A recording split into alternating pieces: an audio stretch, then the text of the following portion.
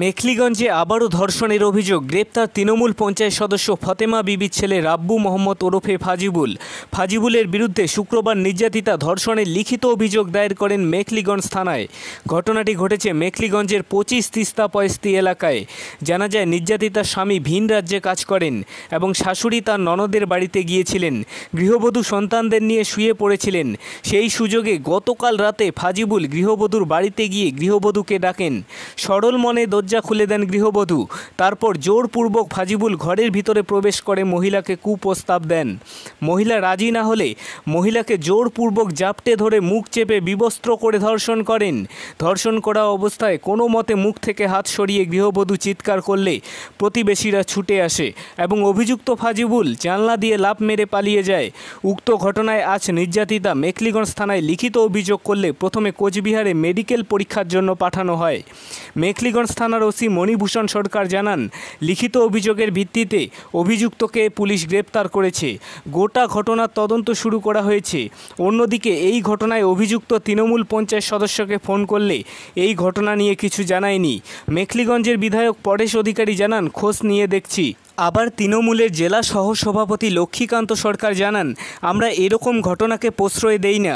লিখিত অভিযোগের পর পুলিশ দল না দেখেই গ্রেপ্তার করছে অভিযুক্তকে। পুলিশ নিরপেক্ষ তদন্ত করুক। তদন্তে দোষী প্রমাণিত হলে অভিযুক্তের কঠোর শাস্তির দাবি আমরাই জানাবো। আচ্ছা, তোমাদের এইখানে কালকে কি ঘটনাটা হয়েছে?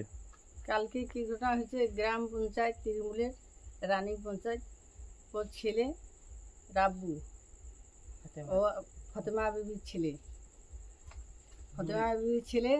ও রাতের 11টার সময় আসি, দরজায় ঠকঠকায়। তো বলছে কে?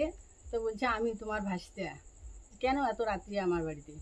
যে তোমার সাথে আমার আলাপ আছে। কি আলাপ আছে? দরজাটা খুলো না। দরজা খুলছে, বিছানাতে বসিয়া বলে, আমি যেটাই বলবো সেটাতে তোমাকে রাজি হতে হবে। তুমি যদি রাজি না হও, তোমার বাচ্চাকে আমি বলে তুমি মারি ফেলাবো। তখন ওরা কি করে যে না, আমার স্বামী বাড়িতে নেই, আমার শাশুড়ি মা আজকে বাড়িতে নেই, আমার স্বামী আছে বোম্বাইতে, আমি তো ওই কাজ করতে পারবো না। না, তোমাকে রাজি হতে হবে, না হলে তোমার বাচ্চাকে আমি মারি ফেলবো, আর না হলে তোমাকে আমি শেষ করব। তখন হস্তাহস্তি করে, ওর নারী নির্যাতন করিয়া তারপরে চিৎকার করে ওই জানলা দিয়ে পালিয়ে যায়। আচ্ছা, ওই মহিলাটি আপনার কি হয়?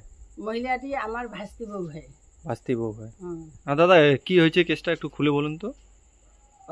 আমরা আজকে কেস করতে যাই সকাল 10টার দিকে।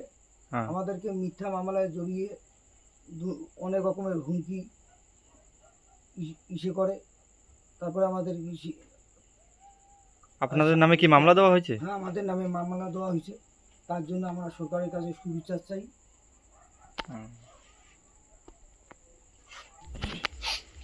দাদা, ঘটনাটা কি হয়েছে এখানে একটু খুলে বলুন তো। ঘটনাটা হয়েছে, আজকে আমরা কেস করতে গেছি 4-5 জন মিলে, তাই ওরা আজকে আমাদের নামে মিথ্যা হিসেবে কেস দিয়েছে, যেন আমরা কেস করতে না পারি। এইটাই হয়েছে আজকে।